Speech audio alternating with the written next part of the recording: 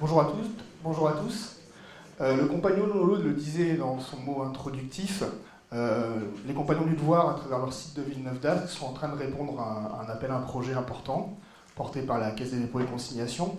Et plutôt que de vous le présenter dans son détail, ce qui aurait été un petit peu long, un petit peu fastidieux, on a choisi d'organiser cette table ronde qui rassemble l'ensemble des acteurs de ce projet, parce que c'est un projet partenarial. Et on a, en plus de ces acteurs, choisi de demander au CD2E, qui est le pôle d'excellence régionale pour les éco-entreprises, d'animer cette table ronde où chacun va pouvoir à la fois se présenter et aussi expliquer qu'est-ce qui lui tient à cœur, quelle est sa vision du bâtiment, parce que le thème de cette table ronde, c'est la coopération au cœur du bâtiment performant. Donc, je vais laisser la parole à Aude Catoire et à Frédéric Laroche pour animer cette table ronde. Bonjour à tous, donc, je suis Frédéric Laroche, merci Jocelyn. Déjà je suis ravi d'animer cette table ronde parce que quand on parlait du CD2E, ce que vous avez développé ici comme message, en fait ça colle parfaitement à notre ADN. C'est-à-dire qu'à la fois on est spécialiste des questions environnementales et énergétiques dans le bâtiment, on travaille sur la transition numérique, sur les écomatériaux, et ça c'est des sujets que vous développez ici et que vous voulez amplifier dans les années à venir. Donc ça c'est un plaisir de voir ça. Et puis ensuite dans les modes d'action, les modes de faire que vous mettez ici en place, ce qui est particulièrement intéressant, c'est que vous associez un ensemble de partenaires extérieurs, et c'est pas courant pour les centres de formation quels qu'ils soient, d'ouvrir comme ça à un débat, une discussion, et on va voir la richesse des propos qui vont venir. Donc moi je trouvais ça particulièrement intéressant. Pour terminer en me présentant, je suis Frédéric Laroche, je coordonne le pôle bâtiment et co-construction du CD2E, j'anime en particulier le cluster équation également, et puis avec ma collègue Aude, nous allons animer cette table ronde. Voilà, donc bonjour à tous, donc Aude Catoire, moi donc comme l'a dit Frédéric, je fais partie du CD2E et plus particulièrement du programme Vertuose qui s'adresse aux professionnels du bâtiment de la métropole européenne de Lille. Et pour compléter un peu ce que disait Frédéric, nous notre travail c'est d'accompagner justement les professionnels et futurs professionnels face aux évolutions des métiers. Donc voilà pour ce qui est de nous. Je vais aussi vous présenter un petit peu les règles du jeu de la table ronde. Comme on l'a dit tout à l'heure, voilà, on est nombreux, on a peu de temps, donc on va essayer de tenir les délais et de faire des interventions synthétiques. Alors on est désolé, vous n'aurez pas la possibilité de poser vos questions tout de suite pendant les interventions pour une raison de timing. Par contre, n'hésitez pas à aller voir les intervenants après la table ronde. Bien sûr, là on va poser des choses, on va poser des questions, on va ouvrir des débats. Si justement ça suscite des réactions chez vous, n'hésitez pas à revenir vers nous ensuite pour en discuter. Et puis voilà, donc vous nous verrez agiter des petits panneaux pour signaler aux intervenants qu'il faut qu'ils s'arrêtent, parce que parfois il faut les inciter un petit peu. Voilà, donc je vais laisser. Voilà, donc on a une grosseur ensemble, et puis de toute façon il y a le cocktail qui suivra et on pourra échanger tout ensemble juste après. Donc je vais présenter rapidement les intervenants, puis après je vais laisser la parole au premier intervenant, donc Adrien de Bellègue, Vincent Bougamont, Barthélémy Lucas, Dominique Nert, Jean-Marc Husson, Simon Le Garant et le compagnon GAC qui a introduit le débat. Donc d'abord Adrien, tu vas nous présenter en tant qu'architecte déjà. Tu es également enseignant à l'École nationale d'architecture supérieure du paysage. Tu es aussi, il faudra le signaler, ce qui est intéressant, c'est que les compagnons participent à une dynamique autour du projet Habiter 2030. Adrien en est le président de cette association qui réunit un certain nombre d'acteurs en région. Quel est ton point de vue sur la formation, les évolutions et quelles questions tu poses un peu à la fois aux compagnons puis aussi aux autres intervenants? Okay. Bonjour à tous. Donc oui, moi c'est Adrien de Bellègue, je suis architecte, praticien, enseignant de projet à l'École nationale supérieure d'architecture et de paysage de Lille. Et dans ce cadre-là, d'ailleurs, on a déjà collaboré au plan pédagogique avec les compagnons depuis... on l'a fait à 2 reprises et on a bien l'intention de poursuivre. Et puis comme tu le disais, je suis par ailleurs à l'initiative avec d'autres, avec François Lacoste d'ailleurs qui est ici présent, de la création d'une association Habiter 2030 qui a pour enjeu de soutenir des projets transversaux, interdisciplinaires on pourrait dire, projets pédagogiques et de recherche qui se donnent pour objectif d'aller vers la production de prototypes et de démonstrateurs. Voilà. Alors, j'ai préparé un petit mot parce que c'est assez timé. Et moi, mon intervention consiste plutôt voilà, à poser des questions. Parce que, bon, traditionnellement, on a l'habitude de scinder de manière peut-être un peu simpliste l'acte de bâtir en 2 grandes familles d'actions. Les opérations dites de conception d'une part, puis celles de construction. À chacune de ces familles correspondent des métiers. Les architectes sont plutôt du côté des concepteurs, les artisans sont plutôt du côté des constructeurs.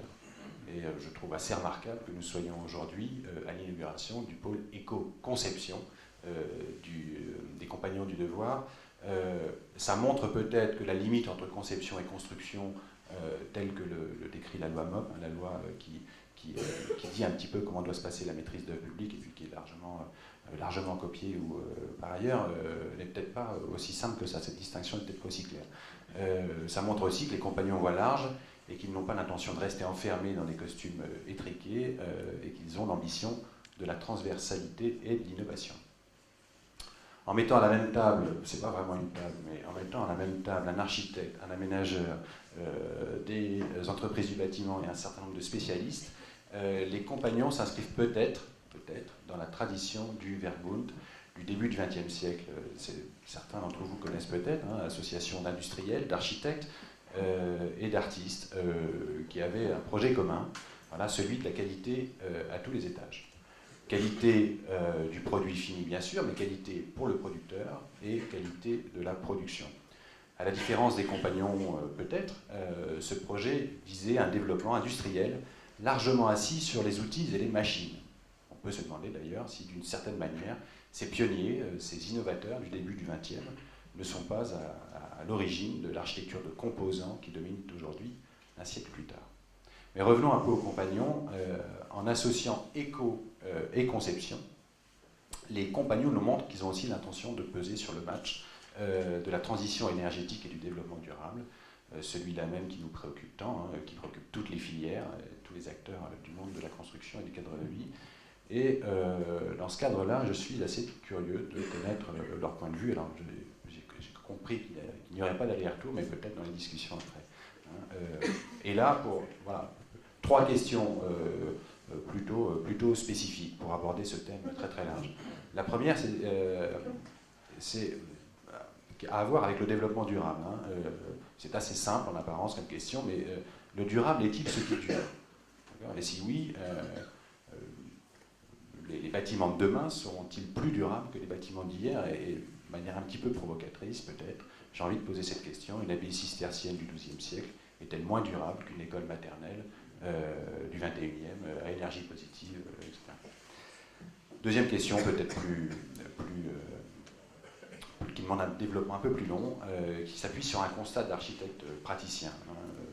L'attention portée au développement durable s'est principalement concrétisée, pas uniquement, mais principalement quand même, sous la forme de réglementation thermique. Ces réglementations thermiques sont venues alourdir un cadre normatif français déjà assez présent, hein, avec tous les documents techniques unifiés, réglementation ERP, réglementation incendie, normes PMR, etc., qui poussent de plus en plus à l'utilisation dans la construction de produits industrialisés, car ces produits offrent des garanties de performance avec des fiches techniques à l'appui. Ces normes et les résolutions techniques qui vont avec ont engendré des mutations importantes du cadre ordinaire de production. On voit des cols blancs qui montent en compétences techniques, les conducteurs de travaux par exemple, et des toiles bleues réduites à assembler des produits du commerce. Pour ces derniers, la qualification se déplace, les savoir-faire relatifs à la façon, par exemple, se transforment pour aller vers de la compétence de montage, de calage, de réglage, etc. D'où cette deuxième question, un peu générale. Dans ce cadre réglementaire, est-il possible d'innover autrement qu'en créant, inventant de nouveaux produits? On pourrait d'ailleurs poser à peu près la même question si on commençait à se poser la question à se confronter à la question du réemploi. Hein. Mais autrement dit, dans ce contexte, où sont les perspectives en général et les perspectives d'innovation en particulier pour un compagnon du devoir? Enfin, la troisième question. Les compagnons se lancent, comme tant d'autres, comme les architectes, dans l'enseignement du BIM. Qu'est-ce que le BIM? Alors, Building Information Modeling en anglais, excusez-moi, peut-être mon mauvais accent, maquette numérique informée en français. C'est un processus de conception qui vise à rationaliser la production et la post-production du bâtiment, de la conception à la maintenance en passant par la construction, voilà, qui est prometteur pour un tas de raisons, et qui est l'héritier de modes de faire mis au point par les géants de l'industrie automobile américaine pour gérer la myriade de composants issus de leurs sous-traitants, équipementiers. Appliqué au bâtiment, comment faire pour que le BIM, avec ses logiciels de modélisation construits sur l'utilisation de composants préconçus, ne soit pas un pas de plus vers la déqualification de ceux qui construisent effectivement sur le terrain. Qu'est-ce donc que ce continuum? Je prends un peu de recul et je me pose la question du continuum numérique, hein, que beaucoup appellent de leur vœu. Je me demande ce que c'est pour un compagnon. Est-ce que c'est un compagnon avec des lunettes connectées? Je pose la question. Sachant qu'aujourd'hui, la plus haute technologie que l'on trouve au sol, j'ai envie de dire, sur les chantiers, je laisse un petit peu les ateliers de côté, mais c'est quand même, la plus haute technologie, elle est quand même dans la visseuse des visseuses et le maître laser, quoi. Sur les chantiers. Il me reste 15 secondes pour conclure. Bon, Jocelyn m'avait demandé de parler des usages et des bâtiments de demain, des habitants de demain. C'était un sujet un peu glissant, j'ai préféré aborder autrement. Mais je pense qu'il y a aussi une manière d'intégrer les usages dans la conception des bâtiments pour, comment dire, aller un petit peu... éviter certaines erreurs ou certaines incohérences, on pourrait dire, du cadre réglementaire. Par rapport à ça, je pense aux réglementations thermiques, par exemple, qui nous font des bâtiments très très étanches, très très bien isolés, etc. Et puis souvent, on a du mal à habiter, hein, parce qu'on ouvre les fenêtres, parce qu'on bouge bon, si nous, c'est dans nos gènes, cette manière d'intégrer les usages, ça n'est peut-être pas chez tous les acteurs, et je pense qu'il y a de l'innovation à avoir dans la prise en compte des usages. Merci. Je vais profiter de cette transition sur les usages donc pour vous présenter notre deuxième intervenant, qui est Vincent Bougamont, qui est directeur général de la Fabrique des Quartiers, qui est une société publique d'aménagement dont les actionnaires principaux sont la métropole européenne de Lille, la ville de Lille, de Roubaix et de Tourcoing, et qui travaille sur la requalification et la revitalisation des quartiers d'habitat ancien dégradés. Donc on parle de technique, on parle de bâtiments performants, on parle de développement durable. C'est important aussi de parler d'évolution sociétale, de comment les gens vivent dans ces bâtiments, comment ils les utilisent, peut-être aussi de ce qui se passe sur les chantiers, est-ce que ça change des choses. Donc voilà, Monsieur Bougamont, vous avez passé la question sur cet aspect notamment des usages de la vie aussi du quartier, de l'aménagement, etc. Merci, bonjour à vous tous, je suis ravi d'être ici aujourd'hui. Moi aussi j'ai une formation d'architecte et une culture d'architecte. Aujourd'hui croyant mais plus pratiquant, après un passage dans la fonction publique territoriale dont je suis détaché en tant que directeur général de la Fabrique des Quartiers. Nous sommes effectivement un outil d'aménagement, cela a été dit, avec un outil qui est complètement hybride, public-privé, complètement privé parce que c'est une société anonyme, complètement public parce que le capital social de la société il est détenu à 100% par des collectivités territoriales qui sont nos clients exclusifs. Mon président c'est Guillaume Delbar, le maire de Roubaix, vice-président du conseil régional par exemple. Enfin c'est pas par exemple, c'est une réalité. Voilà. Et alors ce statut hybride nous donne la souplesse du privé et puis en même temps la puissance du public, enfin la force du public. La métropole européenne de Lille, c'est 1,7 milliard de budget. Voilà, on est. Alors ces statuts complètement hybrides, ça donne toujours un peu envie d'emprunter les chemins de traverse. En tout cas, ce sont des lieux idéaux pour le faire. Nous intervenons dans des quartiers d'habitat anciens dégradés, c'est-à-dire un habitat obsolète. 70% de l'habitat de la métropole lilloise, qui doit compter 450 000 logements, est composé de logements privés. 50% de ces logements sont antérieurs à 49. Ils sont occupés en très grande partie par des ménages qui ont des faibles revenus, c'est une réalité de la métropole européenne de Lille. Et on est dans un parc à la fois vieux, ancien, et qui joue le rôle de parc social, y compris d'ailleurs avec des petits propriétaires occupants qui n'ont pas toujours les moyens d'entretenir leur patrimoine, et un patrimoine qu'on qualifie volontiers de passoire thermique. Et c'est un vrai enjeu métropolitain, et c'est un enjeu important, de masse, que de transformer et de mettre aux normes et de réhabiliter ce parc privé. Nous travaillons à la résorption de l'habitat insalubre, c'est une façon d'intervenir sur l'habitat ancien également. Nous luttons contre les marchands de sommeil, enfin, voilà, nous sommes dans le privé mais avec des projets et à la poursuite de politiques publiques assez fortes. Nous intervenons dans un environnement urbain qui est souvent peu attractif, où il n'y a pas ou plus de marché du tout immobilier, où tout est en panne, mais des quartiers néanmoins qui sont habités et vivants, et ça nous différencie de nos collègues aménageurs, que vous connaissez peut-être, hein, vous connaissez le projet Orailly, vous connaissez l'Union, vous connaissez ces grandes machines urbaines qui sont pilotées par d'autres outils comme le nôtre. Nous, on est à une échelle d'intervention très petite qui peut aller à la parcelle et à la maison individuelle et parfois à la maison occupée. Et on est à la fois dans une matière donc construite, la ville, mais aussi dans une matière qui est habitée, vivante et sociale. Et ça caractérise beaucoup notre intervention. Nous sommes dans une ville qui est hyper dense, parce que c'est une ville qui est horizontale, mais néanmoins composée de petites maisons très étroites, et sur des parcelles qui sont parfois et très souvent entièrement construites, donc il n'y a plus d'espace extérieur, des passoires thermiques, je l'ai dit, où la biodiversité elle est très éloignée parce qu'il n'y a pas d'espace vert et qu'elle est réduite un peu à la portion congrue. Je le dis parce qu'on est aussi dans des problématiques de développement durable ici très fortement, et c'est un aspect du développement durable qui est beaucoup plus urbain mais qui est une réalité sur le parc sur lequel nous intervenons. Et c'est dans ce contexte que nous, on nous demande d'intervenir pour renouveler la ville sur elle-même, au travers souvent de micro-projets de renouvellement urbain. C'est vraiment des choses, on dit volontiers de notre travail que c'est un travail de dentelle, de couture urbaine. Et donc on y construit des logements neufs, on fait de l'aménagement. Et puis aussi, d'accord, il faut que j'aille beaucoup plus vite, sur l'amélioration des conditions de l'habitat. Et là, nous sommes dans un rôle de maître d'ouvrage.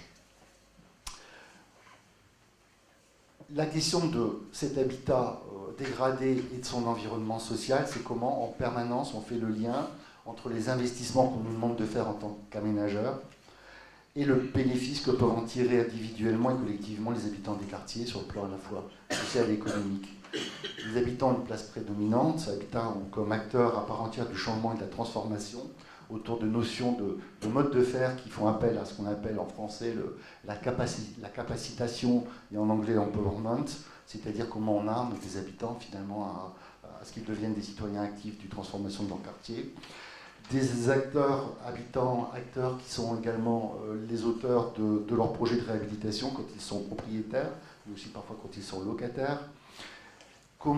La question que nous nous posons, c'est en permanence comment nous mobilisons l'investissement pour favoriser l'accès à l'insertion sociale, la formation, la qualification et l'emploi, parce qu'on est dans des territoires où les populations sont éloignées de ces questions. Comment on produit des logements de qualité dans la durée, c'est-à-dire pour nous quand même des logements robustes, voire rustiques, parce qu'ils sont très souvent exposés à une rigueur urbaine, je dirais, et sociale. Comment on aborde la question de la performance énergétique sous l'angle de la précarité énergétique et non pas du modèle technique et performantiel.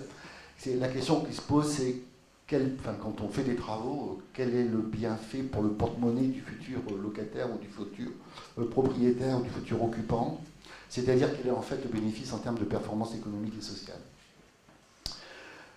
On le fait à l'échelle d'une maison, mais on réfléchit de plus en plus à l'échelle d'ensemble des maisons et de quartiers, sur notamment la question de la production d'énergie, de la distribution, qui puisse favoriser un accès durable à l'énergie. Voilà. Je termine.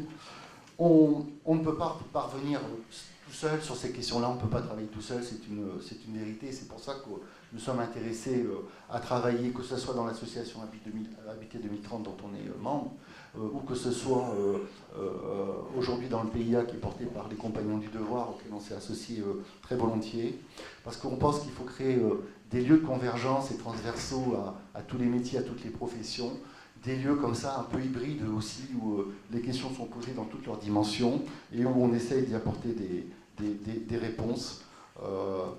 Parce que nous croyons que ce n'est pas tant la question des nouveaux produits qui est posée, mais vraiment la question de comment tout le monde le faisait ensemble, quoi, par rapport à ces problématiques sociales et beaucoup plus générales.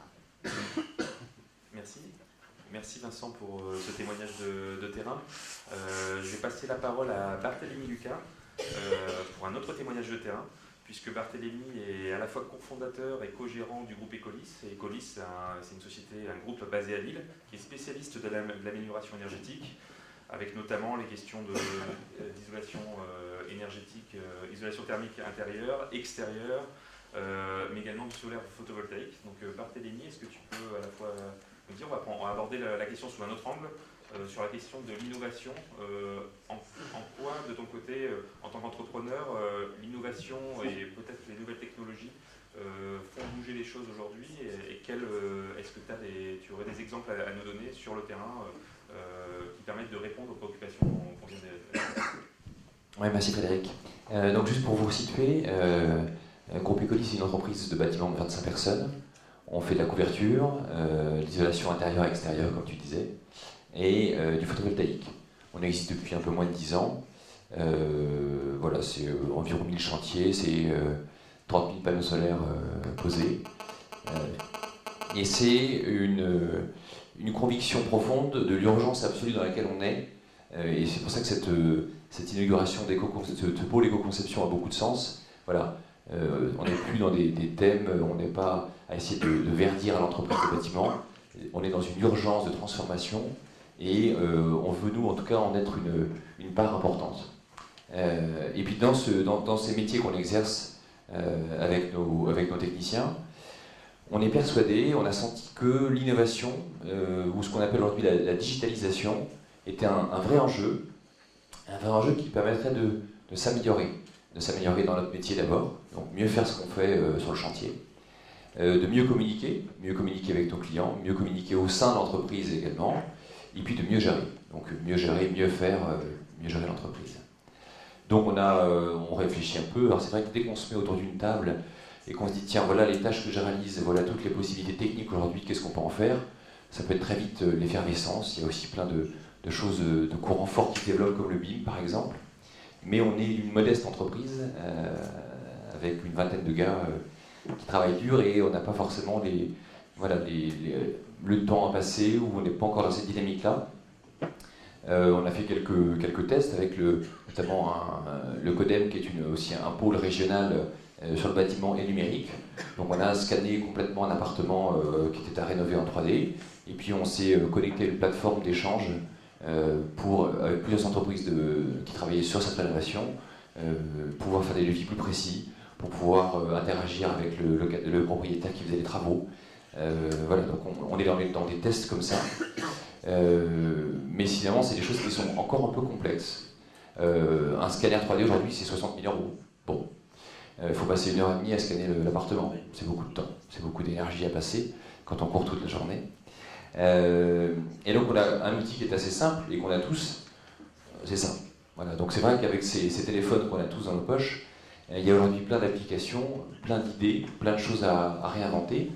Alors par exemple, pour mieux communiquer au sein de l'entreprise, un truc tout simple, on a mis en place un groupe WhatsApp, donc cette messagerie instantanée que vous devez connaître, où les compagnons, les gars peuvent poster des photos de leur réalisation, voilà, montrer fièrement ce qu'ils ont réalisé, ou poser une question à un collègue sur un détail technique, et tout le monde est en copie, tout le monde partage ça. Donc ça participe à la fierté et à ce plaisir de créer, de réaliser, mais en valeur le savoir-faire des gars. Par rapport à mieux faire notre métier, moi j'ai ce métier de commerce, d'études et de devis, où je vais chez mes clients, et donc il faut que je prenne des métraits, donc le plus précis possible et à la fois le plus rapidement possible. Et donc, c'est un petit logiciel qu'on peut télécharger sur son téléphone, qui aide à prendre les mesures le plus rapidement possible. Et bientôt, d'ailleurs, il y a un téléphone qui sort au mois de novembre, et qui permettra de prendre 250 000 points par seconde dans une pièce. Donc pouvoir scanner complètement la pièce. Donc l'idée c'est pourquoi pas je le mettrai autour de mon cou, je me promène en disant bonjour monsieur, bonjour madame, et je ressors et j'ai un modèle 3D qui est un peu à retravailler, mais qui me permet d'avancer en tout cas plus rapidement et plus précisément, et donc d'améliorer ensuite la qualité de mon chantier, la qualité de mon devis, l'interaction avec mon client. Et donc ça c'est l'exemple sur mieux faire notre travail. Et puis mieux gérer l'entreprise, alors il y a tout ce qui est évidemment gestion quotidienne, il y a aussi la sécurité des personnes. Là on a un de nos salariés en photovoltaïque qui fait beaucoup de maintenance et d'assistance, parce qu'il n'y a plus beaucoup d'entreprises de photovoltaïque qui travaillent, il y a pas mal de SAV à faire chez nos confrères disparus. Et donc il est souvent amené à travailler seul. Et donc vous avez aujourd'hui des petites applications travailleurs isolés qui existent, puisque tous ces téléphones ont maintenant des gyroscopes, etc., des capteurs partout. Voilà, il enclenche quand il se met à travailler. S'il est allongé sans bouger, au bout d'une minute et demie, ça déclenche une alarme qu'il peut arrêter. S'il n'arrête pas, ça nous appelle. On peut mettre sur écoute, on peut écouter ce qui se passe. S'il y a des problèmes supplémentaires ou on n'arrive pas à rentrer en contact, on prévient les secours ou les personnes sur place. Donc voilà, c'est toujours se questionner, se demander comment on peut trouver des idées nouvelles, et finalement assez simple. Là, j'ai cité 3 petits exemples qui pourraient être pris facilement. Mais les techniciens pourraient faire signer le PV de réception sur le smartphone, faire une checklist qualité avec le client en passant, consulter le DTU éventuellement s'ils avaient le moindre doute sur la pente d'un chez nous, ce que j'espérais non pas, ou autre question, voilà, si jamais ils avaient ce genre de points. Donc voilà, c'est tout ça sur lequel on travaille, mais vraiment toujours sur performance énergétique. Voilà. C'est à peu près ce que j'avais à partager. C'est bon pour toi? Je suis dans les temps, c'est parfait. Donc pour poursuivre, donc il y a un mot, une expression là qu'on a commencé à vous glisser depuis 2-3 interventions, le fameux BIM. On a avec nous Monsieur Dominique Naert, qui est le directeur des établissements Île-de-France du CSTB, le Centre scientifique et technique du bâtiment, qui va pouvoir nous en dire un petit peu plus sur le sujet. Juste rapidement sur le CSTB. Les 4 activités principales sont la recherche et l'expertise, l'évaluation, la certification et la diffusion des connaissances autour des produits et techniques du bâtiment. Monsieur Naert est également pilote du pôle formation du plan transition numérique du bâtiment, qui a pour vocation justement d'accélérer le déploiement du numérique dans le secteur. Et Monsieur Naert, je vais vous laisser la parole donc, pour nous dire rapidement et simplement, mais comme vous savez très bien le faire, ce qu'est le BIM et les conséquences que vous y voyez sur la formation et sur les métiers. C'est un défi là. C'est ça. Alors le BIM, vous l'avez évoqué, effectivement, ce n'est pas simplement, c'est d'abord avant tout une révolution, on va dire, organisationnelle. Donc c'est une organisation différente, un processus différent de travail. Et ça c'est intéressant parce que vous avez évoqué tout à l'heure quelque chose, c'est effectivement l'évolution des produits et la certification des produits. Alors je suis assez bien placé en tant que CSTB puisque la plupart des produits sont certifiés chez nous. Mais aujourd'hui, effectivement, compte tenu de la révolution digitale, et vous l'avez bien évoqué, il faut remettre tout à plat. Il faut remettre tout à plat parce que la performance énergétique dont on parle depuis tout à l'heure a montré qu'effectivement, beaucoup d'incohérences sur la réalisation des chantiers. Et c'est cette incohérence-là qu'il faut gommer. Alors bien évidemment, on a été recherché, on a fait un transfert technologique, et le BIM, c'est la modélisation, je ne vais pas le refaire en anglais parce que vous l'avez bien fait, mais c'est la modélisation des données d'un bâtiment. Donc la modélisation, c'est quoi? C'est l'ensemble des chiffres, des descriptifs et de la géométrie d'un bâtiment. Alors géométrie 2D, mais ça on est très habitué à ça, puisque les plans en 2D, c'est pas d'aujourd'hui, mais vous allez me dire les plans en 3D non plus. Toujours est-il, c'est que grâce à l'évolution du numérique, on peut faire ce qu'on appelle des maquettes numériques. Donc, si je veux être très clair, le BIM, c'est un processus d'organisation qui permet à l'ensemble des acteurs d'une filière de mettre des données sur une plateforme qui sera ensuite partagée. Et dans ces données, on peut utiliser ou non une maquette numérique. Alors l'idée, c'est d'utiliser au maximum la maquette numérique.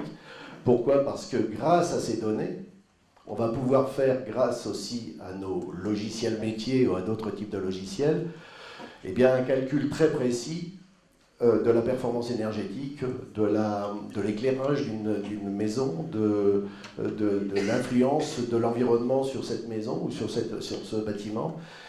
C'est le calcul de structure, c'est tous les types de calculs qui vont permettre de dimensionner parfaitement un bâtiment. Et notre sujet, évidemment, c'est non seulement la performance énergétique, mais c'est aussi le fait d'utiliser un minimum de carbone ou d'émissions de gaz à effet de serre. Et ça va être le sujet de demain. Et je trouve que c'est très intéressant d'inaugurer aujourd'hui, puisque d'ici la fin novembre, on va dire juste avant la COP21, nous allons la COP22, excusez-moi, au Maroc, va être annoncée la nouvelle réglementation environnementale 2018, qui va mettre l'accent sur deux choses, évidemment, les bâtiments à énergie positive, mais d'un autre côté, les bâtiments à basse consommation, on va dire, de carbone. Donc, le sujet, il va être effectivement la construction, et je suis d'accord avec vous sur le fait qu'en ce qui concerne la construction, on va de plus en plus préfabriquer, on va aller de plus en plus vers le bois. C'est mon point de vue, maintenant d'autres vous diront le contraire, tout simplement parce que dans le calcul de la consommation de carbone, le bois est égal à 0, alors que le béton coûte un peu plus. Mais ça, c'est une chose, on va préfabriquer au maximum. Par contre, nous avons un sujet absolument fondamental qui va être la rénovation de 4 milliards de mètres carrés de bâtiments en France. 4 milliards de mètres carrés de bâtiments d'ici 2050. Ce que je veux dire par là, c'est qu'aujourd'hui déjà, 36% du chiffre d'affaires du bâtiment est consacré à des bâtiments qui ont été bâtis avant 1946. Donc on est bien dans le durable. Et donc ça veut dire que là, on a besoin d'hommes de métier, de femmes de métier qui sont compétentes et qui seront compétents et qui seront capables d'intervenir. Donc non seulement le bâtiment se complexifie, parce que rénovation par rénovation, le bâtiment va se complexifier, on va avoir de plus en plus de connexions et d'interconnexions, puisqu'on va faire des smart cities, c'est-à-dire des bâtiments qui seront connectés ensemble et qui réagiront, et on utilisera un maximum d'intelligence artificielle pour pouvoir les contrôler. Et j'ai plus que 2 minutes.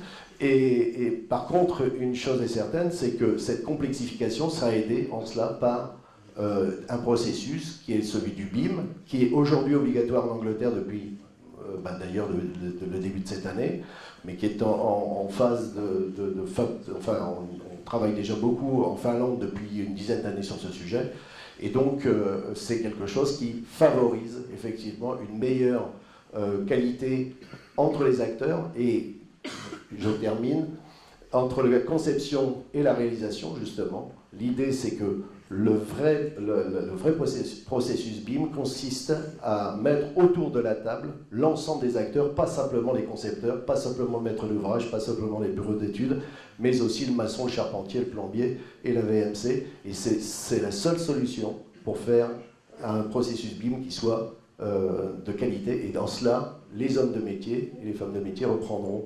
vraiment une place importante dans la qualité du bâtiment. Merci beaucoup.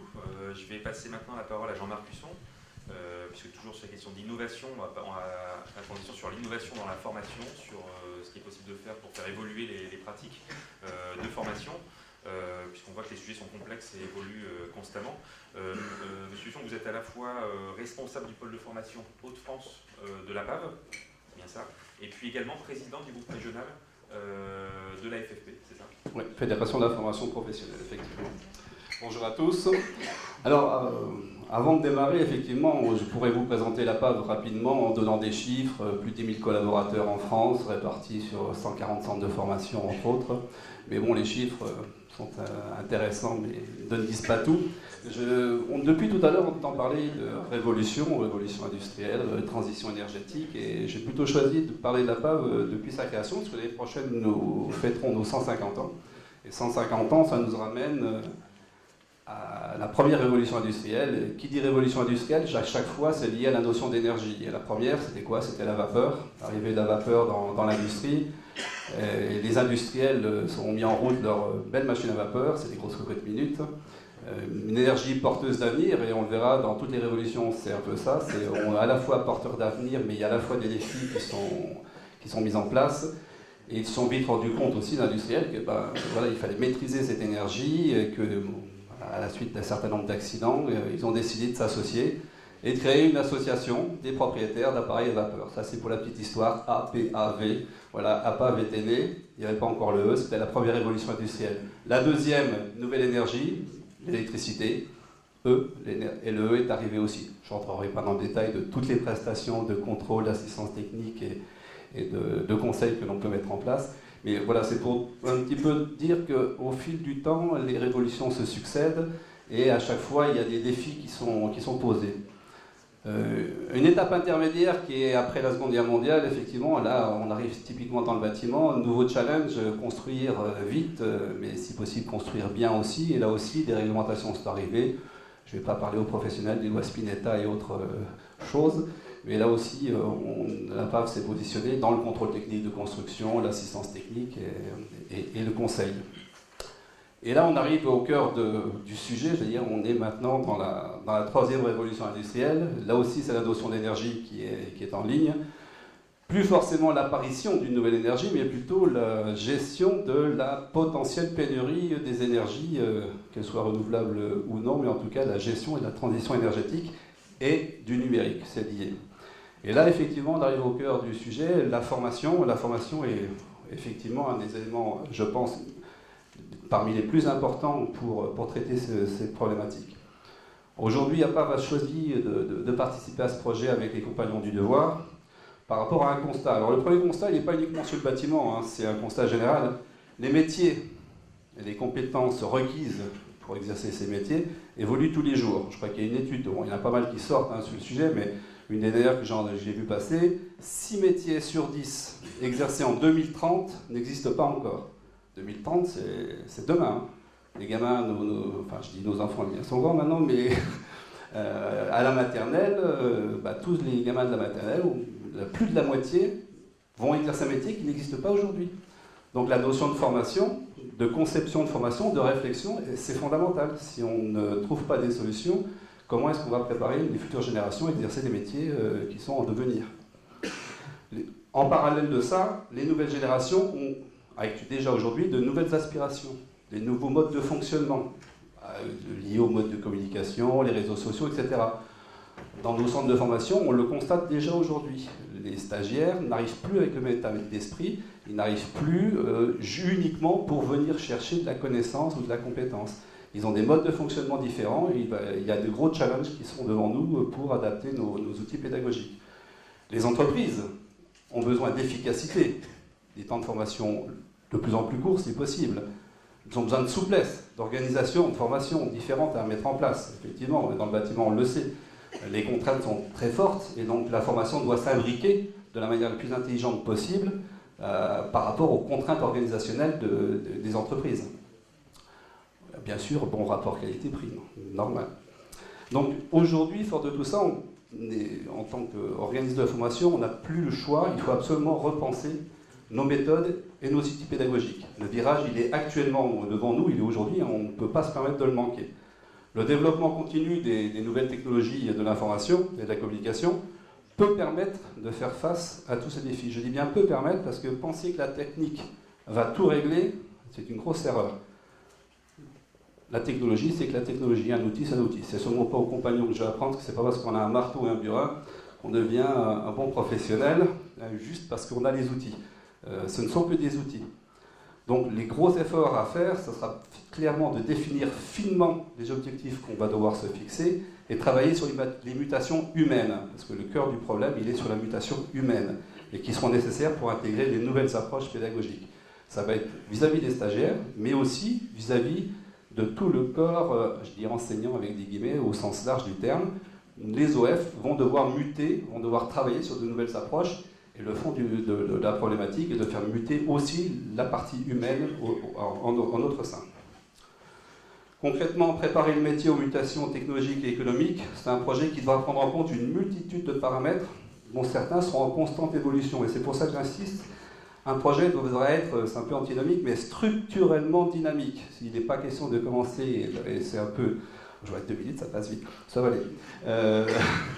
Un projet ne devra pas être figé, il faudra absolument, et c'est un peu ce que l'on va faire ensemble, mettre en place des systèmes qui seront évolutifs. Et puis je vais terminer par la gestion des interfaces au cœur de la réussite d'un projet, c'était le thème aujourd'hui.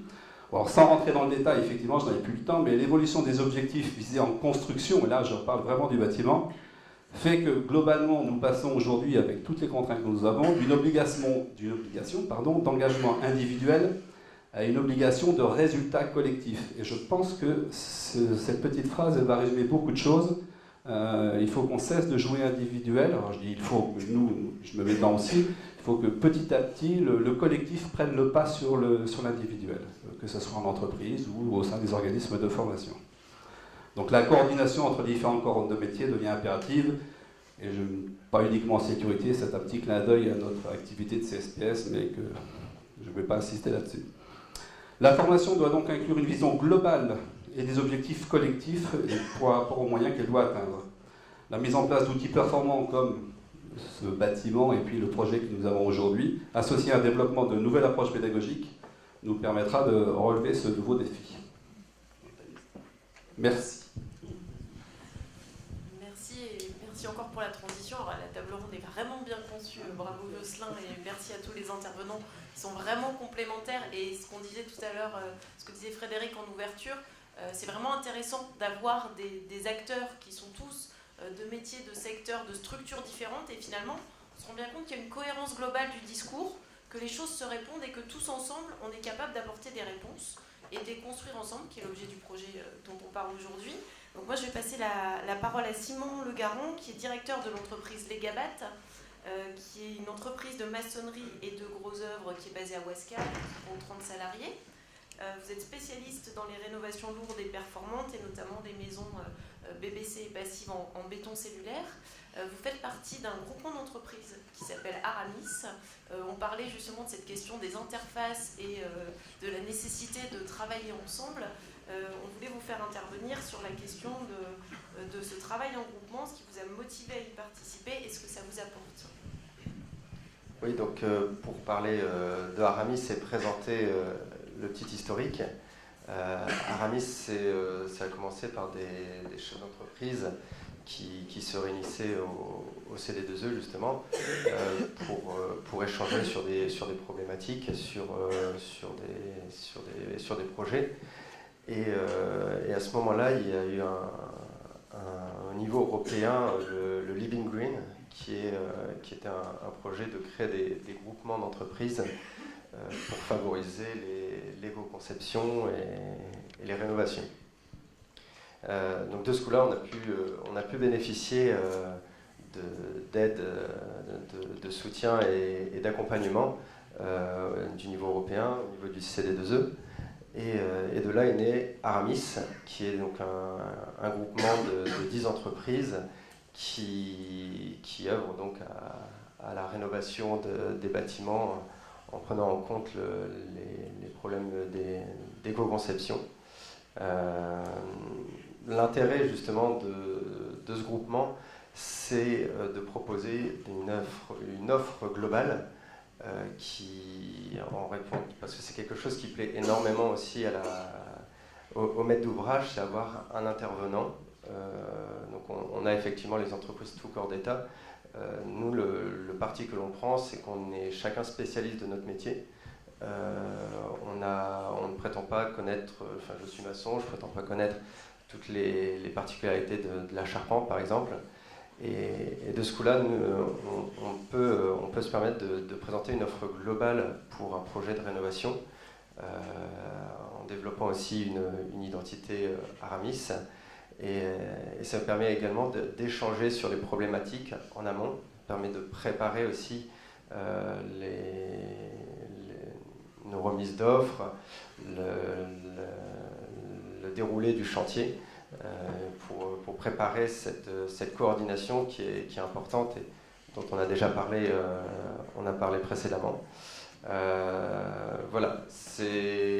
C'est aussi quelque chose d'intéressant au niveau de commercialement parlant.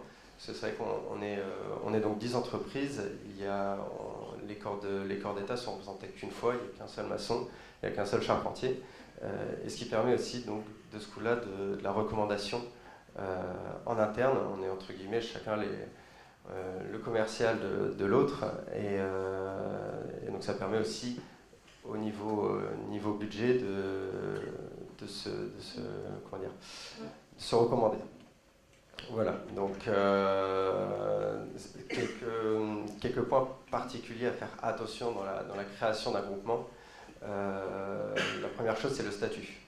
Parce qu'il y a forcément un côté juridique qui est important. Si on ne fait rien, le fait de travailler en commun, de présenter, avoir une identité, on va être de ce fait une entreprise. Ce groupement d'entreprises deviendra une entreprise. Donc nous, on a décidé de faire ça sous forme d'association. Autre chose qui est extrêmement important, c'est aussi, comme on est chacun le commercial de l'autre, c'est d'être sûr de ses partenaires. Forcément, il y a les avantages de se recommander, de travailler ensemble, et l'image qui en découle, forcément, va impacter, donc d'où l'intérêt de faire attention aux personnes qui font partie de notre groupement. Pour ma part, j'ai rejoint le groupement alors qu'il était déjà créé, donc on m'a proposé de l'intégrer, ce qui m'a tout de suite plu. Pour moi, c'est quelque chose d'avenir, et donc pendant 6 mois, on a commencé à travailler ensemble, à faire des chantiers tests pour aussi vérifier de ce coup-là nos compétences. Donc voilà, très, très important de s'encadrer de bonnes personnes, de bonnes entreprises, avec un savoir-faire. Se voir aussi régulièrement pour discuter des chantiers en cours, des chantiers qui sont en études, afin justement de déceler peut-être des problématiques. C'est aussi quelque chose de primordial. Une dernière chose qui est aussi extrêmement importante, vu qu'on a l'avantage de s'auto-coordonner sur un chantier, alors qu'il y ait un maître d'œuvre ou pas, mais donc nous ne sommes pas maîtres d'œuvre en tant que groupement. Donc au niveau des assurances, c'est extrêmement important au niveau des termes, voilà, on n'est pas maître d'œuvre, on n'a pas les assurances pour. C'est important de le préciser aussi aux clients qui ne se sentent pas trompés non plus. On a la compétence en interne de s'auto-coordonner, mais c'est important de préciser justement ces choses-là. Voilà, donc concernant le groupement Aramis. On dit aussi que ça peut être une activité supplémentaire, à peu près vous aviez chiffré pour les différentes entreprises. Voilà. Ça apporte aussi un complément d'activité. Effectivement, le fait de se recommander aussi les uns les autres, on s'apporte des affaires. Donc, grosso modo, on se réunit donc régulièrement, on fait un point à la fin de chaque année, et on était à peu près en moyenne à 5-7% de chiffre d'affaires en plus grâce au groupement. Super, merci Simon. Donc on voit comment des entrepreneurs sur le terrain ont osé et ont pris un temps d'avance pour développer de l'activité. On parle d'innovation organisationnelle, innovation technique, technologique, mais ça apporte un réel complément à ces entrepreneurs. Et puis les différentes interventions nous ont montré qu'il y a réellement des enjeux derrière, il y a un chemin qui est tracé. Donc finalement, on voit bien la cohérence entre les différents acteurs autour de la table. Je vais laisser la parole à compagnon GAC qui va conclure cette table ronde en reprenant peut-être certains propos ou développer sur la suite. Je crois que je vais surtout commencer par vous remercier tous d'être venus, parce qu'il y a la participation à cette table ronde, certes, mais il y a aussi le travail qu'on construit ensemble, chacun à notre échelle, depuis 1 an. J'y reviendrai après, on a parlé de Caisse des dépôts et consignations, on a parlé de PIA, je vais y revenir rapidement. Mais je m'aperçois qu'on parle tout à l'heure d'un pôle qu'on inaugure, mais on n'a pas vraiment dit ce qu'on y mettait, on n'a pas vraiment donné la vision des compagnons par rapport à ce pôle-là. Donc le terme pôle éco-conception, on n'est pas certain qu'il restera très longtemps dans l'État, on y reviendra. malgré tout, le sens qu'on lui donne, c'est bien de réussir à faire dans un seul lieu l'assemblage de toutes les compétences qui seront nécessaires à notre jeunesse demain pour s'armer face aux enjeux des mutations de leur métier, parce que certains pensent que des métiers apparaîtront, d'autres pensent que des métiers évolueront. Aujourd'hui, ce qu'on sait, c'est qu'on ne sait pas, donc on va leur donner des outils pour apprendre. On pense beaucoup, quand on pense éco-conception, éco-construction, énergie renouvelable, on a essayé aussi de ne pas oublier que l'association, c'était 29 métiers dans 6 filières. Donc le rôle du pôle éco-conception, au-delà de l'atelier éco-construction, c'est bien évidemment d'intégrer l'ensemble des facteurs environnementaux et des facteurs énergétiques dans la conception des différents métiers. Je prendrai l'exemple des métiers du goût, qu'on pourrait penser assez éloigné finalement de cette éco-conception. Je crois que le buffet qui vous attend est la preuve qu'on est capable d'intégrer dans les métiers du goût la question de l'éco-conception. Le pôle de Villeneuve-d'Ascq se veut d'être le phare des compagnons du devoir pour toutes ces questions-là, un incubateur pour que notre jeunesse, et puis pas que la nôtre, toutes les jeunesses, puissent s'essayer, puissent expérimenter, puissent parfois se tromper, en tout cas faire ensemble sur cette question d'éco-conception. D'autres pôles, des compagnons du devoir, ont d'autres thématiques. Un incubateur, c'est forcément pas quelque chose prévu pour garder pour soi. C'est pour rayonner à travers nos maisons, à travers les différents partenaires. Vous avez compris, je crois, à la présentation des uns et des autres, qu'on a de nombreux partenaires nationaux. La vocation de ce déploiement sur le territoire national et le sens même de l'expérimentation, ce qui sera réussi ici, aura vocation à être transmis et même enrichi, parce qu'ici, on ne peut pas avoir toujours raison. Je vais peut-être me permettre de dépasser le temps qui m'était alloué, parce que je ne peux pas rester sans répondre à Adrien. Qu'est-ce que le durable pour les compagnons du devoir ? Je pense que le durable pour les compagnons du devoir, c'est justement de former une jeunesse à des savoir-faire et des savoir-être qui leur permettra de s'adapter demain à la vie qu'ils vont avoir dans les entreprises, mais aussi dans leur famille. De l'abbaye cistercienne à l'école maternelle en énergie positive ou même passive, on aurait peut-être pu aller plus loin.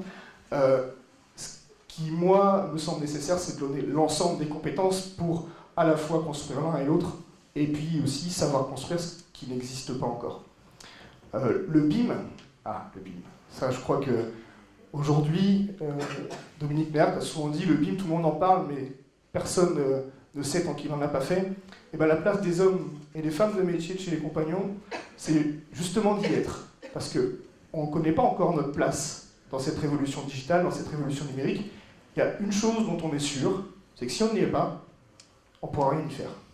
Et je crois que cette réponse que souhaitent donner les compagnons du devoir à cette transition numérique et cette transition énergétique, c'est justement d'être présent, de servir de ce qu'on appelle notre organe, le devenir des métiers, d'avoir une réflexion concernant l'évolution des métiers et de ne pas rester sur la touche, pas rester sur le côté, et doter encore une fois nos apprenants, notre jeunesse, d'outils pour pouvoir faire face à ces mutations.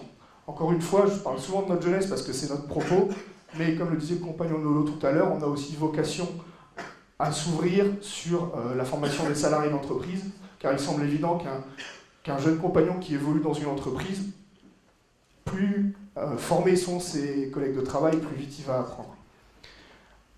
Quelques mots sur le projet dont on vous parle depuis tout à l'heure. C'est un projet qu'on appelle Programme d'investissement d'avenir.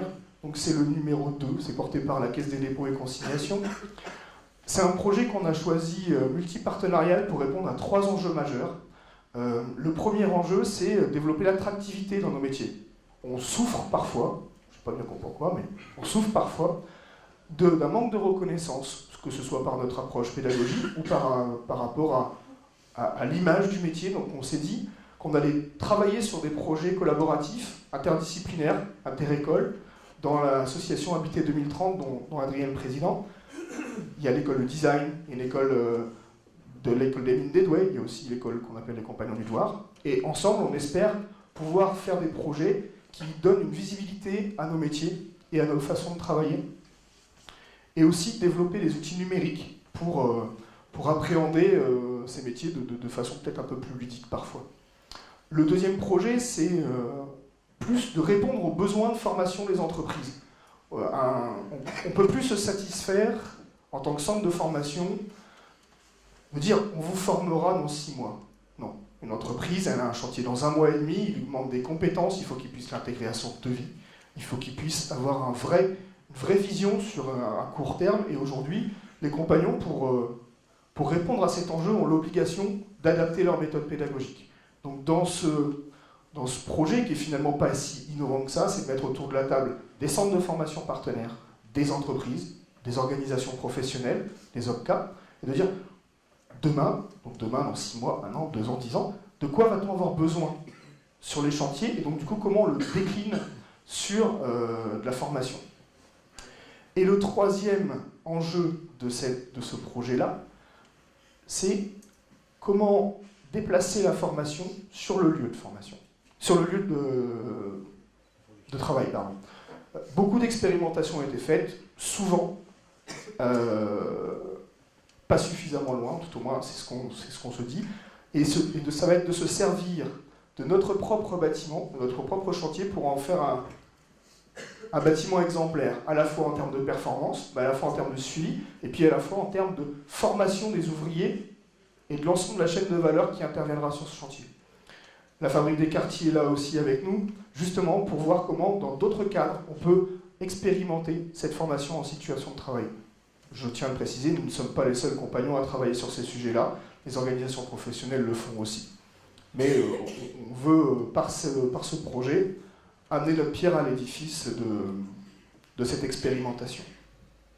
Voilà. Sur la question du projet, j'en ai fini. Encore une fois, on a encore quelques temps devant nous pour échanger en aparté pendant le buffet. Je tenais à revenir sur l'ouverture du pôle, de cette volonté d'être accompagné par une multitude de savoir-faire avec des visions différentes associées pour répondre à cette envie d'ouverture que vivent les compagnons depuis quelques années maintenant, de plus en plus fort, et d'échange. Voilà. J'ai commencé mon intervention par des remerciements, je vais aussi les finir par des remerciements, ça me fait plaisir. Je tenais à remercier, alors même s'ils ne sont pas là parce qu'ils travaillent à côté, je tenais à remercier tous les jeunes et toute l'équipe de la maison qui est aujourd'hui œuvrée pour que vous soyez accueillis dans de bonnes conditions. Voilà, je tenais à les remercier et je vous remercie aussi tous d'être présents et de nous avoir écoutés.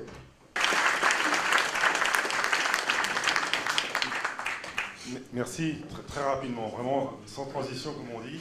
Merci pour la qualité de vos échanges, merci d'avoir partagé vos passions, vos expertises. Merci aussi pour la qualité de votre écoute, hein, franchement. Voilà. J'ai noté quelques petits mots, et voilà, les hommes de métier ont vraiment de l'avenir. Nous nous sommes même projetés jusqu'en 2050, bravo. Un métier aujourd'hui, c'est une somme énorme de compétences, innovation, haute technologie, comment appréhender tout ça, le BIM, révolution digitale, numérique, intergénérationnelle, enfin voilà, tout est remis en question, et je trouve que de ce point de vue-là, les jeunes ont de la chance de vivre une époque aussi formidable. Mais aussi, nous avons évoqué les évolutions humaines, sociétales, très chères aux compagnons du devoir, puisque les enjeux sont aussi bien de former une jeunesse à l'esprit ouvert, bien dans son époque, une jeunesse responsable, éco-conception aussi, enfin tout ça, ça a beaucoup de sens. Merci. Nous vous invitons maintenant donc à découvrir et à inaugurer en accès libre les ateliers de la Maison des Compagnons de Villeneuve d'Ascq et le pôle éco-conception. Il y a des jeunes qui sont à votre disposition, sur lesquels vous pourrez effectivement échanger, vous les verrez travailler. Donc c'est vraiment absolument libre. Ensuite, nous nous retrouverons tous pour partager un buffet en salle à manger. Et on vous souhaite une excellente soirée et merci encore.